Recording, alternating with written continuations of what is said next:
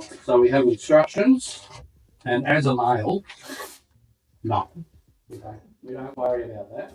Now we've got some cores. Cores pretty fun. These are the filters. I'll show you which one as they come out. So, first filter we've got. Yeah, I'll just try and track you. A bit down. So you can see there, fluoride, lead. And it's got a little cap that'll have to come off. So you don't need to do that yet. So that's one filter.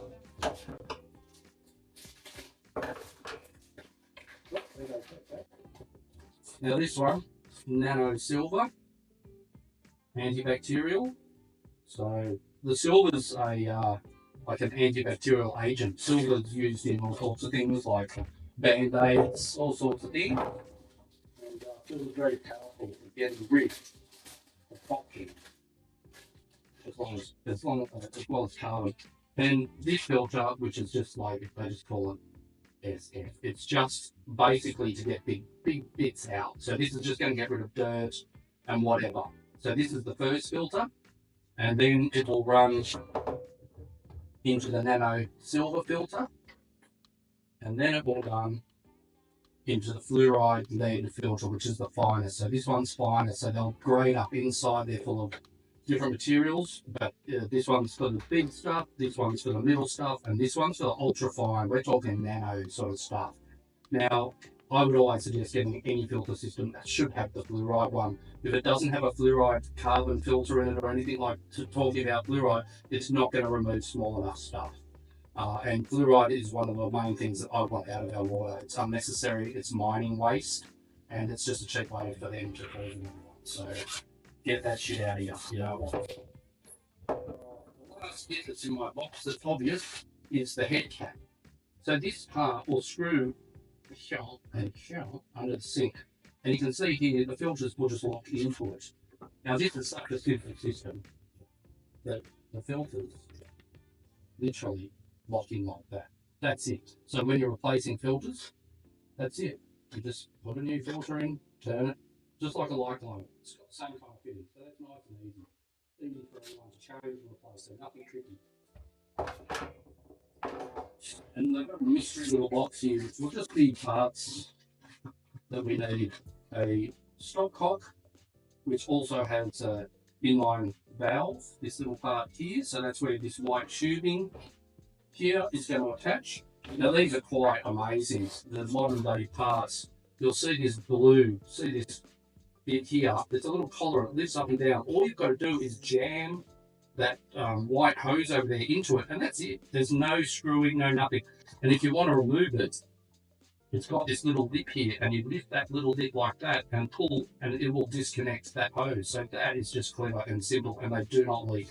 So this little stopcock has an off and on valve here, and it's also a regulator, because you'll find that if you have it full blast, it's going to just piss water through the filter too fast. So once you've installed it all, you'll be back to this part, and you'll just be finely adjusting the regulation of water entering. So that's pretty simple stuff. Now, next we've got fittings that are going to be used to put the tap on the bench. So this is an under sink with a little tap that sits on the sink. That's the spout for the tap. Stainless steel, couple of O-rings which can be pulled out for cleaning, which is very convenient. It does not screw in, so that's very handy just for cleaning around, files behind it, that kind of thing. We've got an inliner here. Now this is a reducer, I believe. I didn't read the instructions, as you saw, I just ripped them up, but I'm going to tell you that that is a reducer which will reduce pressure. I don't know whether I want to use a reducer. I like to manually control things myself, so it's up to you whether you manually control it with the little stopcock that I showed you a minute ago, or put a reducer in. So this will lower the pressure of your house. So it's not popping cords off the filter, or not filtering too quickly, because filtering too quickly is not going to be good. And then we've got another, last but not least, we've got a mystery package. So I'm going to assume this is the part that holds the tap head that I just showed you, because it's wrapped up so many stones, so that's fine. So this part here is going under sink, that it has a thread, so the nuts will come up here and that'll hold that on your sink. and that's the tap handle for adjusting water flow out of your filter. So that's all the parts. That's not too hard to do. Only face cam. All right, so we've done our little unboxing. We've got all our parts. Now we're going to go under bench and actually have a look at what's going on and how we're going to do this. All right, so we'll pull up a PT. So there we go. So this is my dirty old sink. Our house is 1940s and probably not been renovated for a fair while. So looking under the sink, it's going to be a bit hard to see some of the parts. Where my hand's tapping, go up just a little bit. That'll do. So up where I'm touching, I'll pull to another camera in a moment. This is where we're coming in from. And I've decided that over on this side, because it's kind of a protected area, because we have lots of bottles and things that are normally down here, I'm going to put the head mount here for all the cartridges, because it's out of the way, it's protected by the sink and these pipes and that kind of thing. Give me a down cam. Huh? All right, so here you can see, this is where our cold water's coming in. Now, in a normal sink, this stopcock here, if I turn this on, water will piss out right now everywhere. I have not turned the mains off. I didn't need to because this thing is called a stopcock. It's basically a tap. And here, if I turn this, water's going to come out of here. All right. Now, you'll see I've got this extra T here. Now, this is because we've had a different kind of filtering system under this sink before. This is not what normal under sinks are going to look like. It's going to look like this stopcock coming out of this wall inlet here. So this wall inlet, this thing here, that's your main water supply coming into the kitchen for cold water.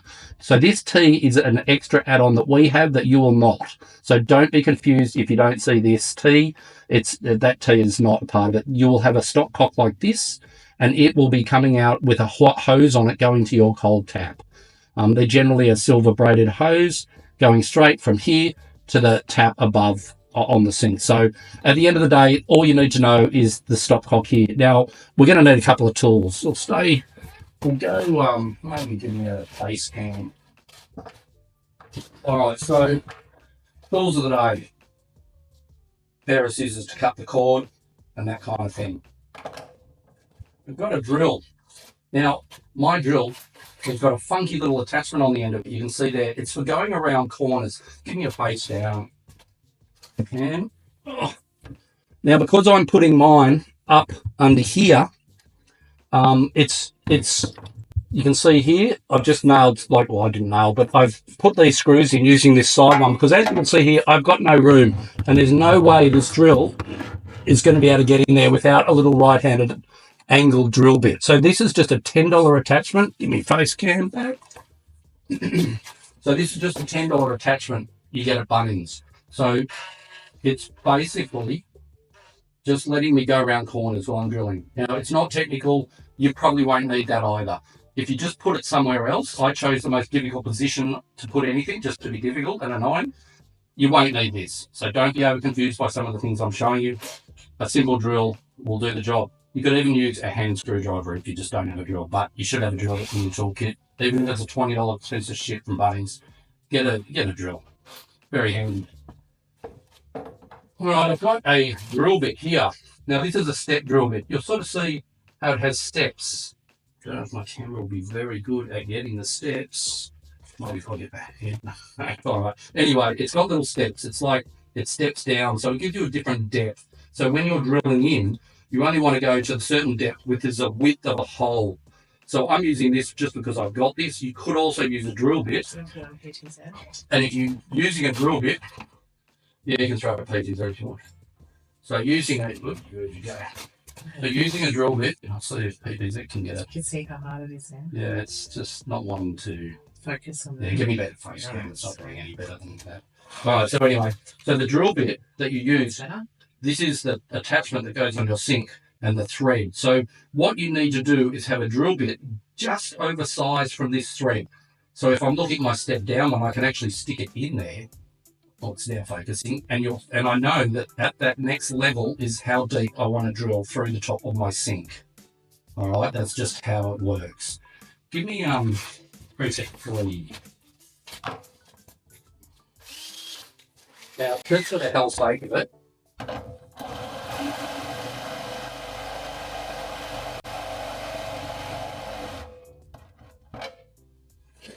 that is a hole in our sink. using a step down. All right, so maybe PDZ. Oh yeah, you got PDZ. So you can kind of see it's halfway between where the tiles start on the sink and that hole. I get my. I'm going to take the sink, the tap fitting. So that's what we're after. So a drill bit a little bit larger than that. All right. So all you got to do is put the drill bit at the end of it, and the drill bit needs to be a little bit wider than that thread, and then you've got the right idea. And then just simply drill down, and just like if you're going to drill, I would advise getting this part here. So this is the washer that makes it look pretty sitting on the sink. So I'll just show you how these come together. So that's what it will look like sitting on the sink. All right, goes in there, and you can see that bottom ring there. Makes it look pretty, seals it with washers. All right, so we have a washer there. Now, when you're going to drill, get your little disc, put it on the bench, and line it up using this to where you want to be. So I want to not be cutting into the bench. I don't want to be on this lip here because that won't seal very well and water will get in from the sink. So put your little spacer kind of finishing off disc where it wants to be. Stick a texture or a pencil down inside the hole in the middle and leave a little mark, and that will be where you'll drill your hole. So it's pretty straightforward. Another minute job, and we'll come back to this part later. We're not quite up to the sink install yet. All right, so last tools we need. We've got some grippers, Stilsons, depends what you want to call them, and a pair of long nose pliers. Now, these two tools probably aren't necessary today, but if you had to adjust a tube that you put into something and it wasn't long enough or it's too long or something, if you use this, push it back on the clips that I showed you that these things have. See that little lip there? If I lift that, it's kind of hard to focus on, with pliers, then I can pull the white cable that plugs into the filters. All right, so it's a maybe tool, but I just got it so I don't have to run out to the shed and get it in case I need to adjust anything. All right, we're pretty much ready to roll. All right, we'll start with the main unit. We've got our head unit. All right, so we'll go to underbencher. And, all right, well, actually, we'll go to base cam just for a moment. I'll just show you a little trick. So there's no template. I didn't read the instructions, but sometimes on instructions manuals, they give you a template, but you know, this template doesn't exist on their instruction manual. I'll just have a quick check. All right, so here we've got two holes. All right, so we need to put two screws where it all fits under the bench.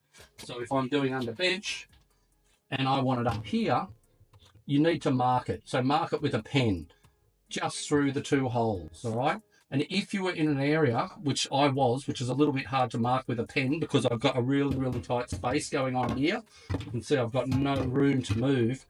A little trick you can use, give me face cam,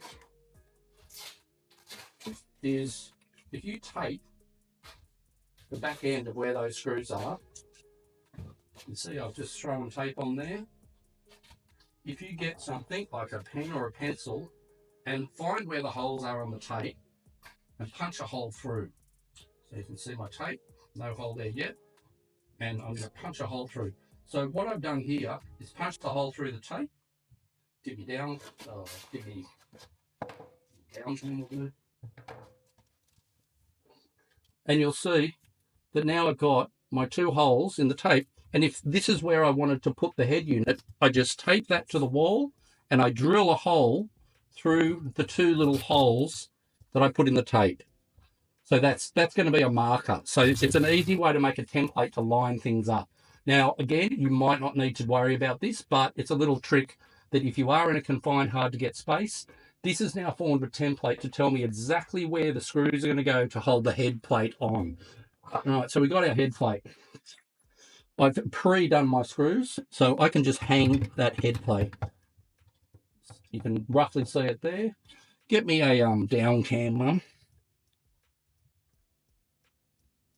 And I'll just adjust this camera a little bit. Not easy to do under a sink. Just bear with me. All right, there's the head unit. You can kind of see it at that angle. All right, so we've got our head unit. Now, this head unit doesn't, it just hangs on those screws. So you'll see that if I wanted to change this in and out, I can. So you don't want to screw the screws really tightly down. You need to leave a couple of mils gap. So don't screw it right into the cupboard. Leave a couple of mils gap, and then you're able to just get the head plate and just put it on. And it's simple as that. All right, so now we're going to do some more under the bench work. So stay there. And I'm just finding some stuff. All right, we've got our little stopcock that we were talking about before. Now this is going to screw on to, I'll just adjust my camera again. So this is going to screw on to our outlet here. So this is the inlet for water coming into a normal cold tap. So you need to have undone the hose, and then we want to only hand tighten this on. So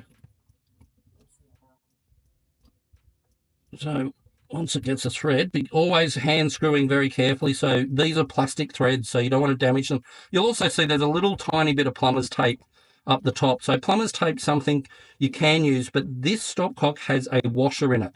So you just want to hand tighten this, and you want the front facing you. So you want, to be able to touch the regulator thing here. And like I said, I'm not going to put some of the stuff that they sent me on this. So that's pretty much hand tight, and that should be good enough. All right, so now I've got to cap this one off, actually, because if you put this on where it should be up here, you wouldn't have this end sticking there. So bear with me at one mo.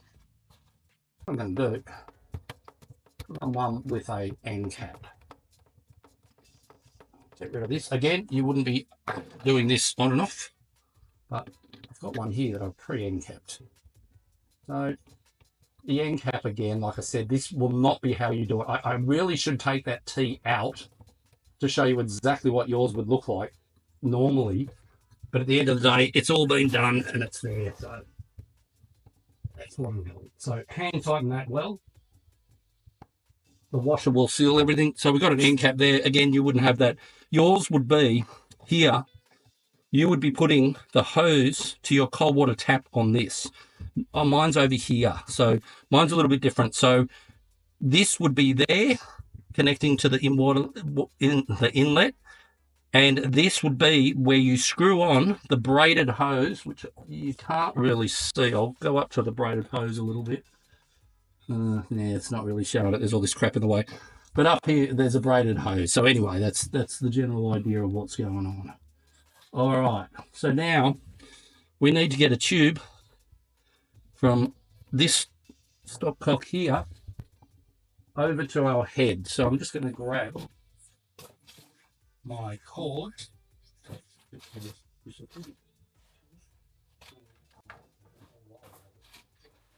Down the cord in my hand. Hello.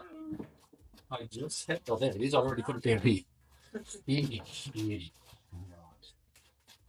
All right, so we've got our cord here, and we're going to cut it to length. And I'll show you how easily these things go on. So the first part of the cord here, I'll turn this around so you can see it a bit better. All you've got to do is jam it in. Now that's it. I can't even pull that out anymore. That's done. And I want to go to the length to get into the side here. There's a little tiny joiner here.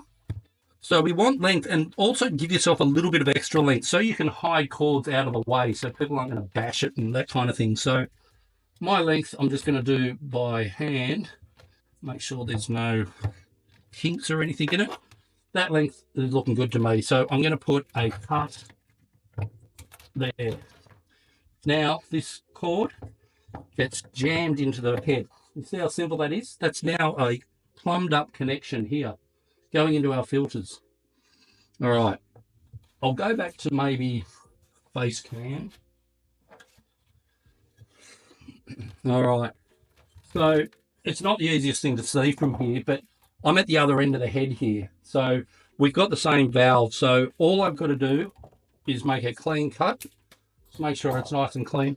I'm sticking that cord in, and now that's connected as well. So this is like a minute job to do the plumbing, and these things will not pull out. This is really, really strong. Now we've got to send this to the tap on the sink. So I'm going to put the tap in the sink now, and then after that I'll connect this, and we're pretty much nearly done. That's how simple this job is. All right, we'll get up on the sink area. All right, and we've just got to get our little bits and pieces. So we've got our sink cover, and it has like a little washery bit on it, which is great. Under the sink, we're putting this washer and this hard washer. All right, so under the sink, this is what it's going to do. The soft washer will be on top of the tap fitting, and that's how it's look. That's how it's going to look. All right, so we've got soft washer on top here and a hard plastic washer underneath. So that will allow a screw to push up and seal this into the underside of the tap. All right. Let's do it.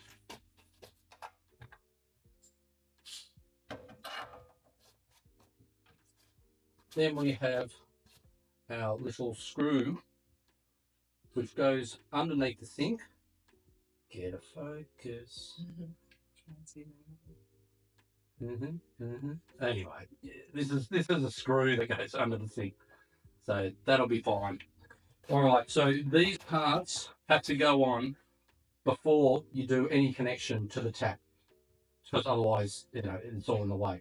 So we're going to put our soft washer first, hard washer, and screw up onto here. Now I'm just going to do it by feeling. So just put your hands under, get all the washers on, jam them up there. You can probably go under the sink. See here. I'm guessing where everything is. So there are washers. Threaded nut. These are all just to be done. These are to be done hand tight. You don't need any tools for this. If it doesn't have a nut fitting and you've got these little wings that my fingers are touching, that means do not use tools. It means hand tighten only. Otherwise, you'll get in trouble by snapping things, because unfortunately, most of everything we're dealing with is plastic and it's garbage. It will snap.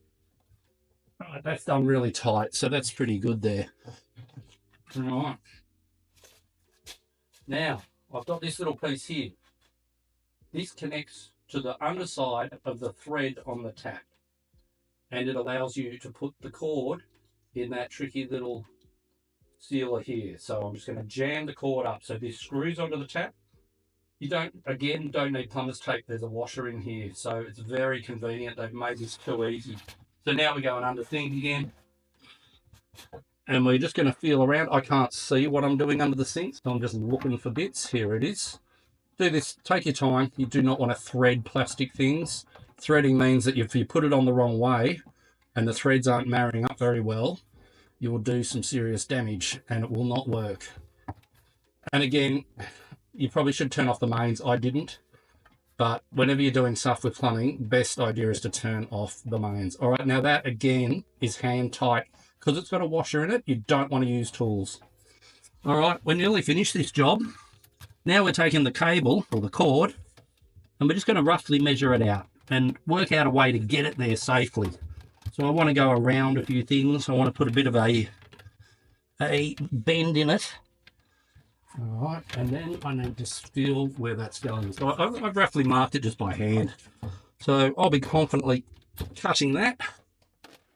And now we're going to jam that into that fitting.